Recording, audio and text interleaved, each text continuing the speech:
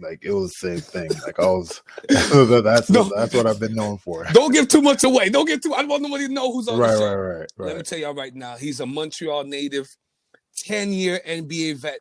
Most dudes never make it to the NBA from Canada. This guy went 10 years deep, 2 NBA champions. Some guys play there. Charles Barkley don't have a ring. A man right here, he got 2 of them. He's been anointed the first general manager of the Montreal Alliance, the Canadian Elite Basketball League. Super excited. I think we're just one step away from the NBA Montreal. They're going to begin playing Verdun, the Verdun Auditorium next May. I'd like to welcome to the show. I'm going to call you the champion, Joel Anthony. How you doing, Joel? I'm good, man. Appreciate you having me on the show. In my email to your communication people, I made sure I put, I'm a fellow Sunny alum. Like, I'm not just some random guy.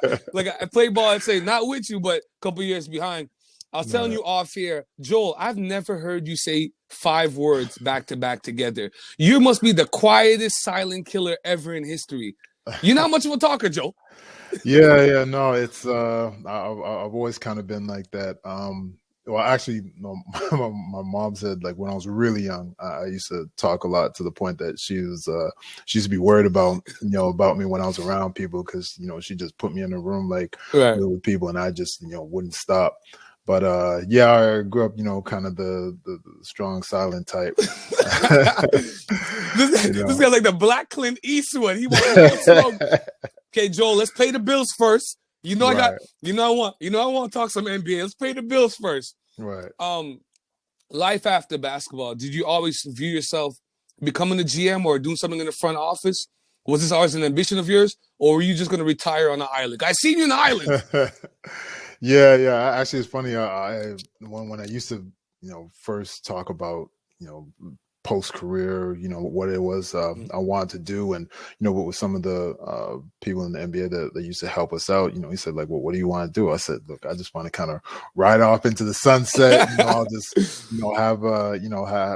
be able to stay someplace warm and just relax. And as I got older, and obviously there's more that I wanted, and as I started to get closer to retirement, like, I thought, look, I would take a year off. I wanted to take a year off and not really do much, and then from there see what it was that might be available. And so once I was done, I was pretty sure I wasn't going to play again, and I just ended up staying around ball a little bit. So I was helping out with the the Raptors 905, and I saw myself wanting to do some stuff on the player development side, and I liked working with the young guys, and so I got involved in the coaching program, which I seen that. Started to get me get me really, really involved. Yeah, you definitely have to talk with all of that. And so it's definitely it was a really good experience for me, and I think it helped kind of open my eyes to wanting to for focusing on trying to do more after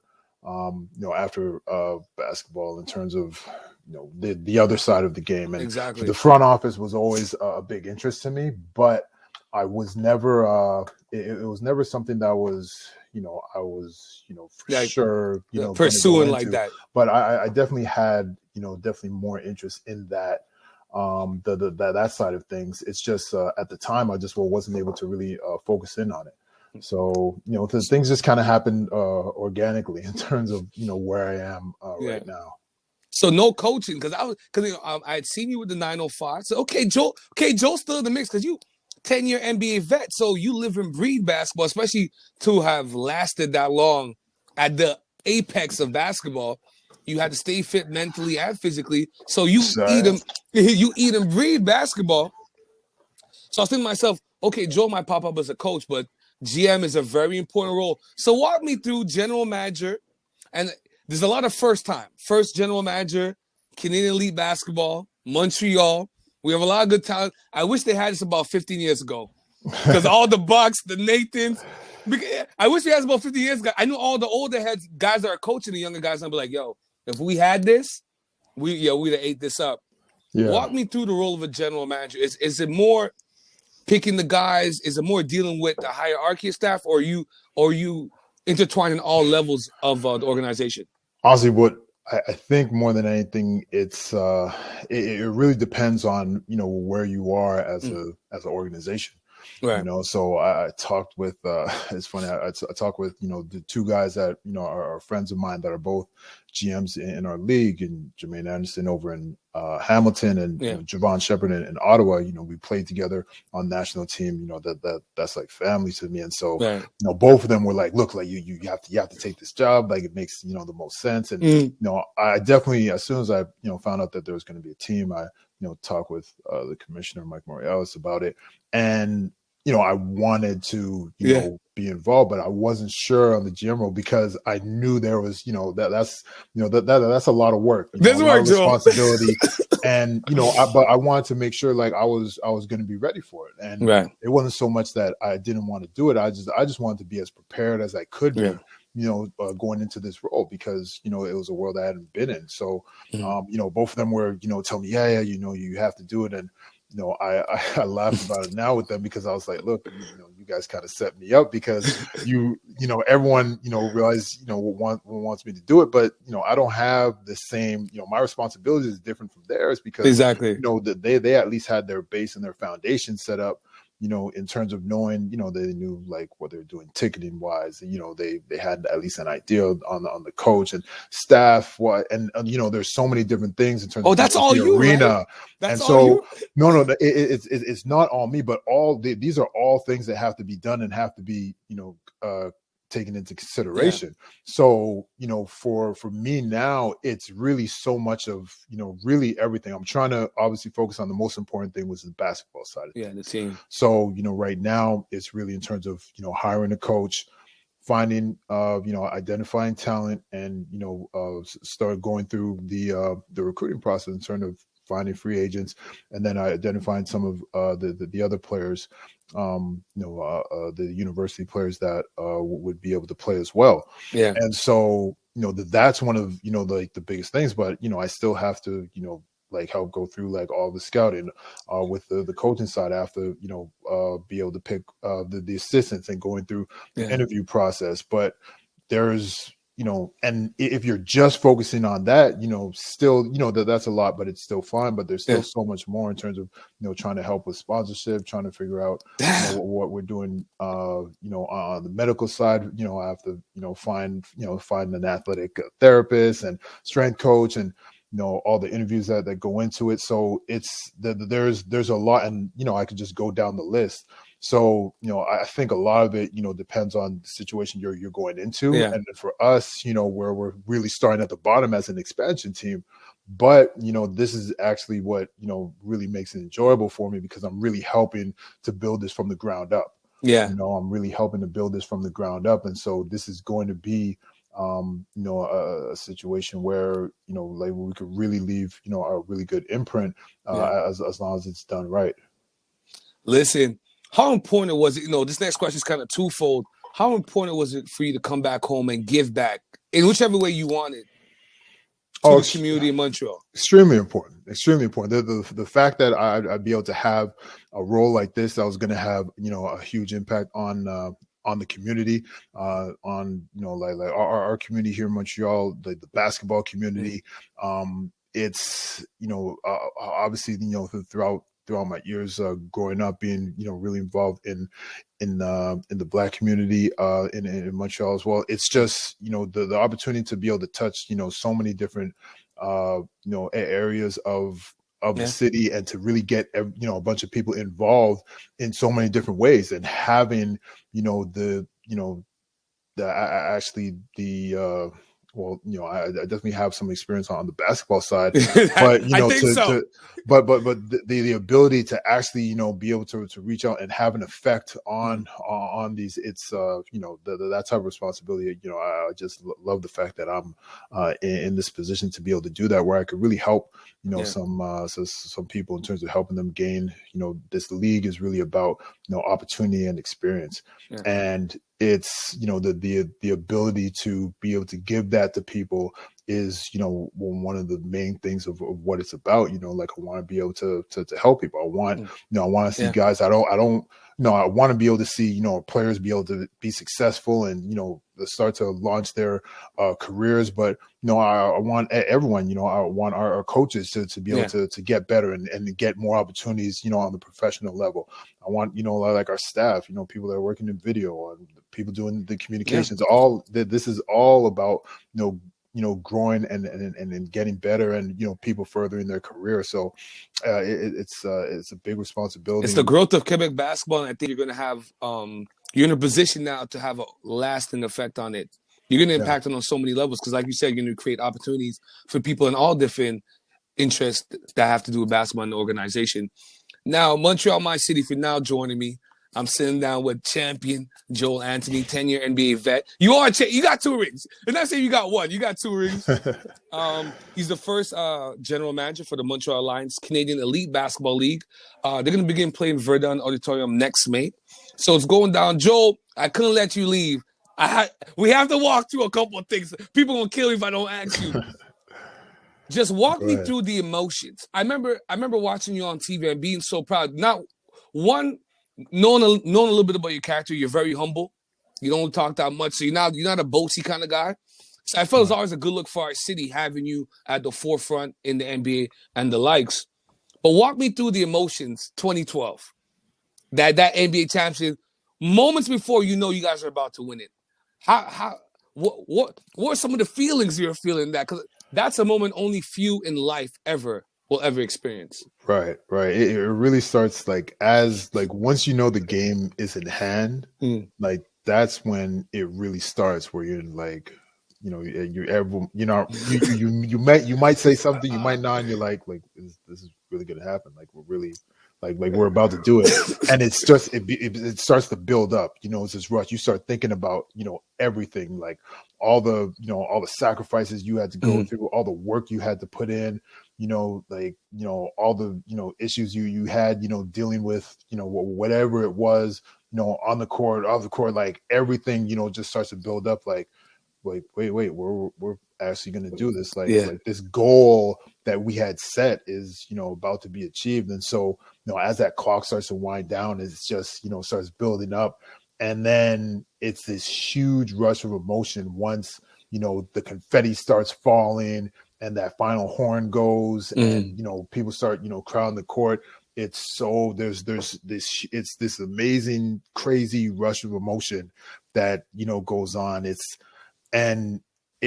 like at the time I don't know, it might last for, at its height, probably, goes up for probably an hour, as we are going through everything, then it turns down a bit. And then once everyone's in the locker room, it, goes back up again, the champagne's going, and now we're, really, cause then it's just us, it's kind of everyone, when you first win, everyone's around, your family's able to come down and, you have to deal with the media and do all that stuff. And so it's, you're dealing with all that, but then when you're in the locker room, that's when it's, you're around just everyone that was in, in those battles with you, your brothers, and it's really, another set, of emotion right there. And it's just, over the top, it's so that's why, you see guys, crying and breaking down, on the ground, can't believe it. It's, there's a shock almost to your system because, you've finally done something, to imagine giving up so much and working so hard to have one ultimate goal and to finally, and when that finally comes, especially the first one, the first one, you don't know what to even expect, you don't know how you're going to be, and so once it reaches, it's it really is an amazing feeling. And then, that's why, you fight so hard to be able to get that again. Because you're you want to taste that feeling again. I need that.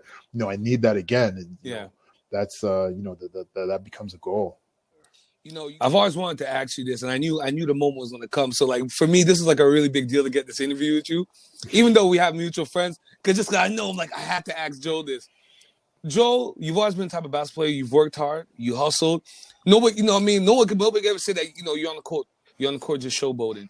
So I know those kind of attributes people like LeBron, Wade, they would love.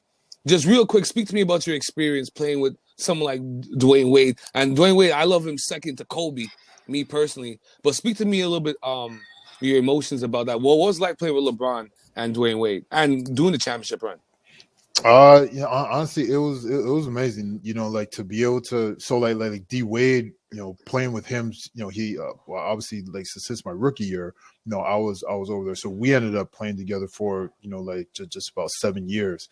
And to see someone like that was clearly a superstar, Yeah. Future Hall of Famer in the league, and seeing him play like in his prime at such a high level, but also seeing how humble he was, and how how much of a like down to earth person he really was as an individual, was like definitely great to see, because like he made like everyone feel welcome, feel comfortable. And so to be able to see to be able to see that, and to be able to play with someone like that was it was an amazing experience. And obviously everyone sees everything on the court, and us too, like to be able to see him, especially his that 08-09 season, I think it was, when he was you missed out on the MVP. Like, I've he never was seen I've never played with anyone any type of scorer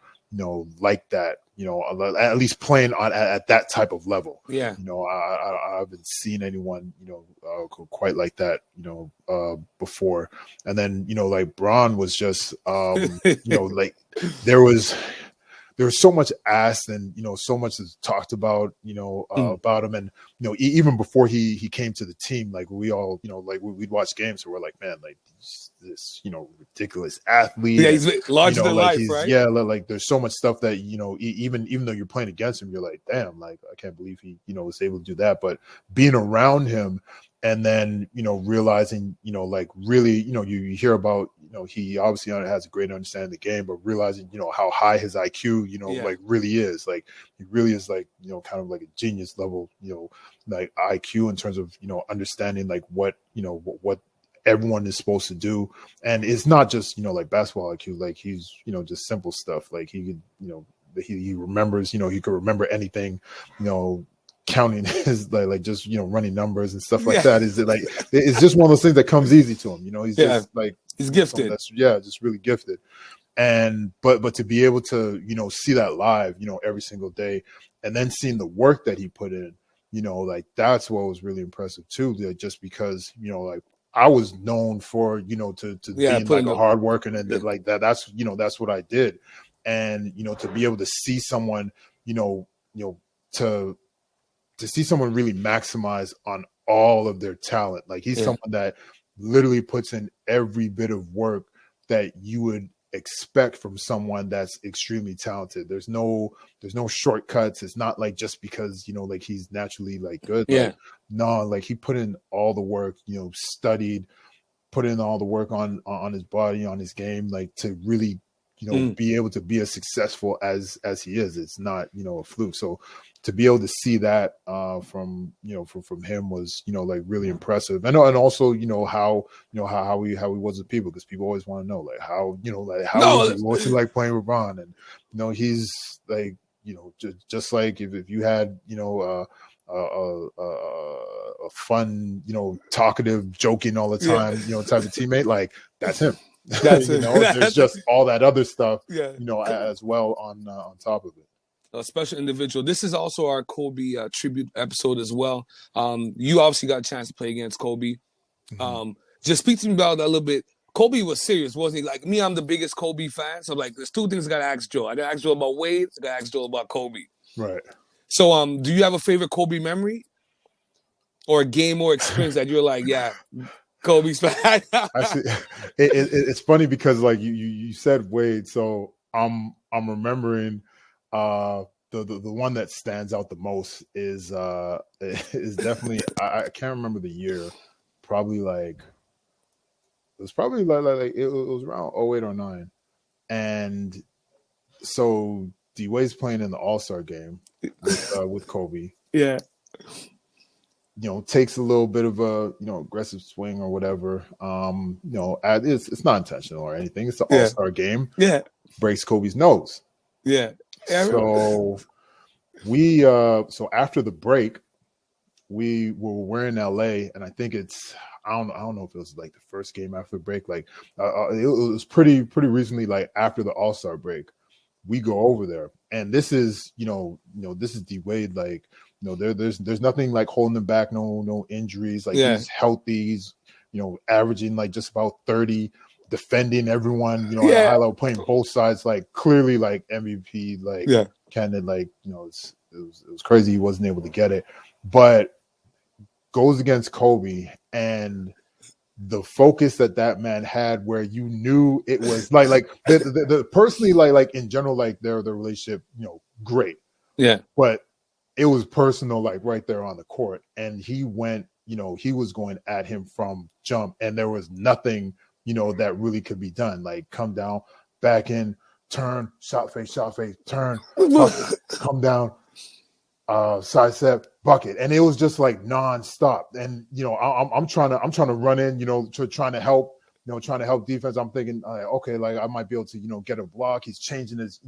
shot. Yeah, it was just, just as like offensive onslaught, and he was just going at him. I've never seen anyone, be able to, like do that. Really, really lock in. Obviously, like people are able to score, and it's either he'll either like definitely be able to lock someone down, or like even if someone's able to get by, I'm always going there, like to help. And to see someone like just like run off like all those like buckets right away, like like you could tell he like took it personally. And that's like who he was. Like when he's like when he got that motivation to like really be focused, and like he like he was just unstoppable, like offensively. And this is against like you have like we're a good defensive team with very good defensive players. Like we're both like as a team very good. We were top 5 in the league, I think, at that point, and defensively, and or like at least top 10. And then individually, we have like the athletes that were really good defensively, and stoppers, and it just goes to show, like you really just you're just trying to contain someone like that, someone that is as talented as that offensively. There isn't anything you can do. You just have to live with like making them take tough shots. You gotta live with the onslaught. Yeah, a little bit. Man, listen, Joel, you've lived a beautiful life. You have much more to come, but thus far it's been great. What advice, if you give one key advice to anybody trying to achieve anything in life, what would you give them? You're an NBA champion, 10-year veteran. You've created relationships with people that most people never meet in life. You've seen things. You've played against Kobe. To me, that makes you the dopest guy in the world. That's super cool to me. I'm a Kobe guy. Yeah. What mantra carries you through that you've always told you? So it's probably something your mom told you, because she's good people's. But what has carried you all this way on your journey of success? I think, and it's something that's it's been said so much now. Like you have guys like Joel Embiid that say it all the time in terms of trusting the process. Yeah, but like that was something that even before like he was in the league, like we always said, like in Miami, and that was something that I always stuck with in terms of just believing in what it's not just so much like believing yourself, but believing in the path that you're going down. Like you can't really second guess it, and that really everything is going to be all right, and you like as long as you stay on that path, that you'll be fine. And it's like there's times like when my mom like just like growing up, like if things weren't everything wasn't all the way perfect, like at home, she'd be like, look, like everything's gonna be okay, everything's gonna she'd always remind me everything was gonna be okay. And so, and as long as you focus on what you're supposed to do and do, what you're supposed to do, like, things, you'd always find a way to make things work out. And so that was one of the things that helped me, I think, the most, especially, there's times like throughout, early throughout my career, like I wasn't playing, and, and people would always, always wonder, well, how are you able to, like come into the game after like not playing for so long, where most people would be mentally gone, and like you're able to like give that energy, like right away. And for me, it was just like look, I knew, I knew the process that I was on. I trusted in terms of what I was doing, I continued to put the work. So like I wasn't cheating myself or anyone else. And, I just believed that it was going to come. And so once I had, an opportunity to do something, I was able to, not have anything else coming into my mind in terms of second guessing, what I was doing. Like you can't second guess, and that's why I say to trust the process, because you can't second guess your decisions, like if you start second guess yourself and you're thinking about too much about these things, like that's when it's really going to affect you. And it's hard to do. It's extremely hard to do, and it'll so sometimes it'll be harder days, sometimes you'll have some easier days, but to really maintain that course is really the biggest thing. You almost have to just have those blinders on where you're locked in and focused on moving forward. Let me tell you something. The whole city's focused on this Montreal Alliance team, Canadian Elite Basketball League. I've been talking with the first GM of the team, Mr. Joel Anthony. Joel, listen, man, I appreciate you taking time out of your busy schedule. We went like 30 on this. This is great, man. Thank you for the story. Going down memory lane. I see the jerseys in the back. It's been an honor to know you, and I'm excited for things to come, for the growth of Quebec basketball, the growth of the Montreal Alliance, and to see what we can do with basketball. We have amazing talent in the city. It's not just Toronto. It's not just Halifax. We got some great talent here in Montreal, here in Quebec, and I'm happy that you're a part of the journey.